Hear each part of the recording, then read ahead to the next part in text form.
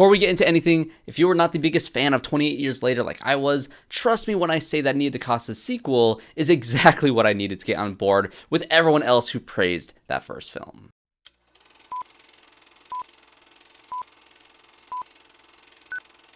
Hello everyone and welcome back to another video on the channel, and today we are reviewing 28 Years Later, The Bone Temple, directed by Nia DaCosta, starring Ralph Fiennes, Jack O'Connell, Alfie Williams, Erin Kellyman, and Lewis-Parry. This movie picks up exactly where the last film ended off, with Spike being indoctrinated into the cult of Sir Lord Jimmy Crystal, along with Dr. KELSON's continuous fascination with the infected. And I will of course be getting to spoilers for The Bone Temple, so if you haven't had a chance to watch it just yet, definitely go check it out. And even if you were disappointed in that last film, I think you should really give this movie a shot.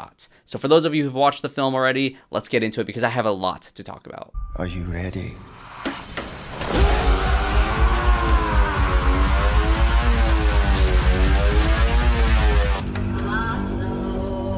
So I had a very strange experience with this movie. I remember being incredibly conflicted walking out of the first 28 Years Later. And in going back and rewatching my first review and revisiting that first film, the several elements that turned me off came back to the front of my mind. Danny Boyle's bombastic style was a bit too overbearing and distracting. That film's narrative was split between several disparate ideas, from Spike's crumbling family life, to the evolution of the infected, to the state of the quarantine zone from the perspective of some random soldier, and Dr. Kelson's view of life and death after decades of living in this world. With so much going on in that film, there was luckily enough focus on Spike's coming-of-age story for me to be somewhat interested in seeing where his journey would go, despite the introduction of Sir Lord Jimmy Crystal and his cult of Jimmys being my least favorite parts of that film. And so I can't say that I was looking forward to this one as much as others who loved the direction this series was heading in. But this film is different. Nia DaCosta takes over the director's chair, giving us a much more focused film in both style by scaling back the hyper-editing and narrative as we explore a more intimate story of cruelty. We pick up exactly where we left off with Spike being saved by Jack O'Connell's cult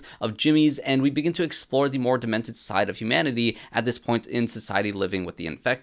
But to my surprise, the cult of Jimmys actually works here. And not only does it work, it features my favorite character in the series thus far in Jack O'Connell's satanic cult leader. Similar to his performance in Sinners, O'Connell is endlessly charismatic, leading him to steal every single scene that he's in. His charm perfectly contrasts with his cruelty and how he manipulates what he calls his 7 fingers, or the rest of the Jimmys who follow him fervently. He claims his father is Old Nick, Satan himself, and that he is tasked to wander the land that has been flooded by demons, skinning any survivors he comes across as an act of charity. And his followers all feed off of his eccentricities in different ways, some more demented than others, and others like Erin Kellyman holding onto some sense of humanity. And then you have Spike in the middle of all of this chaos, who is still wholly unprepared to live out on his own in this world. He may think he has a grasp on surviving against the infected, but the few humans that remain are so much worse. I'm very glad the first film was effective in making me care for Spike as a character because it added immensely to the terrifying presence of the Jimmys. You always fear his safety as these characters are truly unhinged, with his first task being to kill his way into joining this cult, Joker style. There's only one spot open right now, so we're gonna have tryouts. DaCosta, along with Alex Garland's script, is able to also make the Teletubbies aspect of these characters quite unsettling, which I never thought would actually work, especially with the Teletubbies Power Rangers aesthetic of this group as seen in their over-the-top introduction was quite terrible in my opinion. Fucking go. 1, 2, 3.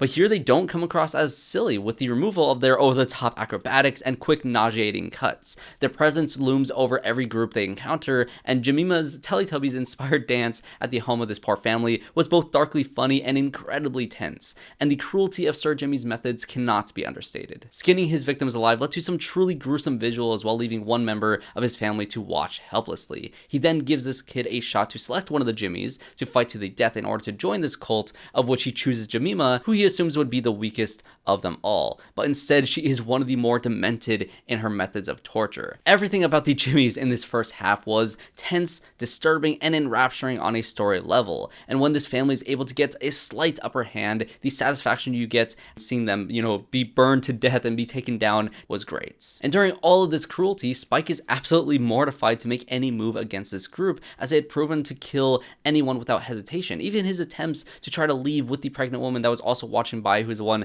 who killed JIMMIMA with that hook, which was an awesome moment from her. She even didn't trust this new, Jimmy Spike character and was able to run away without him being able to kill her. So even his attempts to get out were just not worth it. But this group in general are not simply evil for the sake of being evil. One of my favorite aspects of this film was that it humanizes every character in the story, making their decisions understandable whether or not they were good or bad. The Jimmy that Spike killed at the beginning led to his friend in the group having a grudge against Spike, waiting for any excuse to get him killed. The way he acts doesn't paint him as a psychotic cult member, even though he is a psychotic cult member. You can also infer that his friend was all he really had in this cruel world, and when they were indoctrinated into this cult, that connection was desperately needed, which of course led to his vengeful and retaliative mindset. JIMMIMA's cruelty in killing is derived from her being constantly underestimated by those around her. I'm sure in the years that she has been inside of Sir Jimmy's cult, she has been selected to fight to the death with countless other victims, all of which had died terrible deaths at her hands because of her ever-growing experience in killing. And then you have Erin Kellyman's Jimmy Inc., or Kelly as we later learn in this film, who is beginning to question her own Satanist beliefs. She comes across to me as someone who has probably been,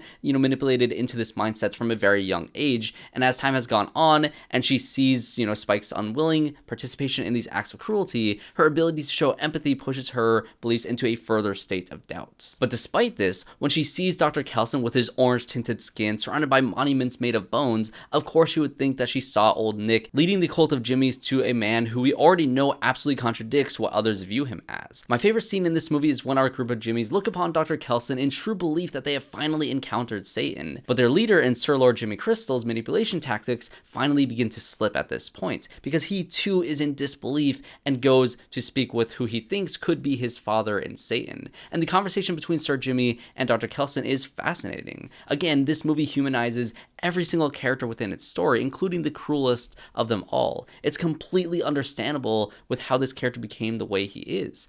So, is this all you're doing? It is. Are you old Nick? Old Nick? You mean Satan? Yes. We saw in the first film that his family was all killed as he watched Teletubbies. His father believed that the infection was the day of judgment, leading him to let the infected take him as he yelled that they were his children. He grew up in the church, but when the world ended and demons flooded his church, his father, now in an infected state, led the charge out into the world. Of course, his beliefs were twisted, and his delusions helped fuel his way into manipulating those around him to build a coalition. But what really drives home the themes behind Sir Jimmy's psychosis was how that in turn mirrored the infected themselves. Ray Fiennes' character has a lot more focus this time around, and he deepens his connection with SAMSON, the infected alpha who has been hanging around Dr. KELSON's temple, no pun intended. The morphine darts KELSON uses become a source of calm that SAMSON becomes reliant on. In the last film, we saw an infected woman give birth to a healthy baby, which led to so many questions that I had, but what it did for KELSON was it confirmed to him that the infection doesn't replace the mind of the host, but rather clouds their mind along with all the physical effects that it has. These aren't zombies, they are infected humans who can still have basic survival instincts as a species, including repopulation. And so if he can't cure the physical effects of this virus, maybe, just maybe he can cure the mental side of things. And that's exactly what he does. SAMSON is slowly cured throughout the course of this film, and I loved the friendship that they formed throughout this process. SAMSON saying his first words was as satisfying as Caesar's in Rise of the Planet of the Apes, and the moments in remembering his past on the train before fully snapping out of the infected mindset was incredibly satisfying and incredibly well filmed. And when I talk about how Nia DaCosta scaled back Danny Boyle's hyper-editing stylized filmmaking, this moment is what I mean by the way that she scales back in the perfect amount, because this scene still has that quick editing, the very snappy shots and very snappy cuts, but it was able to be scaled back in terms of, not being too distracted or not, overbearing the emotion of the actual scene of somebody snapping out of this infected state. I thought it was very well done. Him taking out all the infected was epic. It also shows that his mind may be cleared, but he is still technically infected. He isn't 100% cured, which allows him to be bitten but not turned again because the infection is still technically in him. And my friend that I watched this movie with said that he's basically Blade now, which is an incredible comparison to make. And I'm always on the fence about cures being discovered in zombie films or shows because I feel like it could, generally speaking, just not go too well or just not be handled too well, but I think it is incredibly well done here. KELSON's monologue on the psychosis of the infected was enlightening. The question of why the infected attack the non-infected was answered in the most fascinating way. We get to see a glimpse of what the infected see, and to them, they see humans as their own form of demon that that needs to be killed or turned into one of them. Does that sound familiar? The psychosis of the infected is no different than that of Sir Jimmy's, and that very psychosis leads to their rage and violence. And this is exactly what I meant when I said that this film explores an intimate story of cruelty, how one's story is shaped by their past and the state of mind that they live in lead to the cruelty they bring to the world. And so when Sir Jimmy learns that Dr. KELSON is not Satan, rather than him killing him right then and there, he wants to use him to further his power over the rest of his cult, to make his delusions into a reality.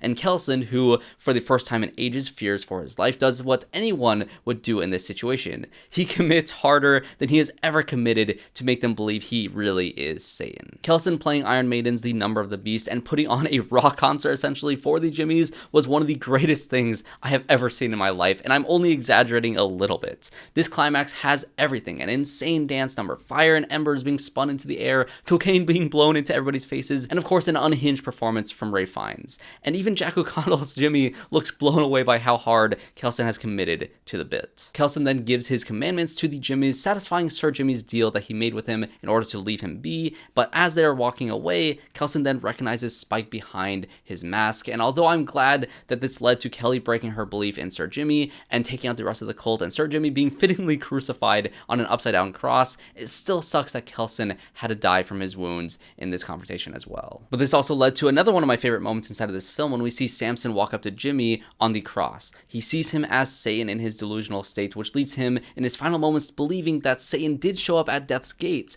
but took Dr. KELSON instead of him, leading to his final words being the same as his first words when the infection took his father: "Why have you forsaken me?" And as if this ending wasn't satisfying enough, we then cut to a small house on the countryside with the return of Cillian Murphy's Jim, teaching his daughter a history lesson, presumably also the daughter of Naomi Harris. They hear infected out in the distance, and they see Spike and Kelly running for their lives. Now this is how you get me excited for the next chapter in this series. There are still many questions to be had in the greater scheme of this series. I saw my questions about what or if the baby has any greater significance than Dr. KELSON's revelations in this film. Will the cure die with Dr. KELSON inside of this movie, or will SAMSON be able to help lead others to this research? We never got to see Aaron Taylor Johnson's character in this one as well, so will he be reunited with his son at some point? I'm assuming that he will be, and how will Cillian Murphy's character tie into all of these things? And so although this movie didn't answer a lot of the burning questions that you might have had after the last 28 Years Later film, I'm really glad that this one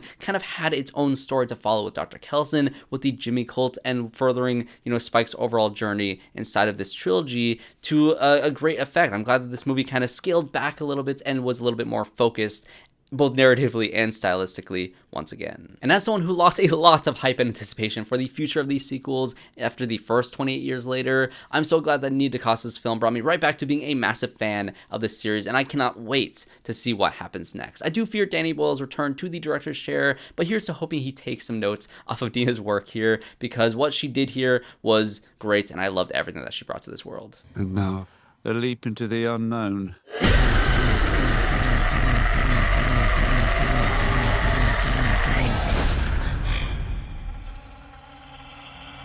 But those are just going to be my thoughts on 28 Years Later, The Bone Temple. Are you back on board with this series, or did you never jump ship in the first place and have been along for the ride from the very beginning? Let me know in the comments below. And of course, if you enjoyed this review, make sure to leave a like and subscribe to the channel to see more reviews just like this one. So thanks everybody for watching, and I hope to see you all in my next one.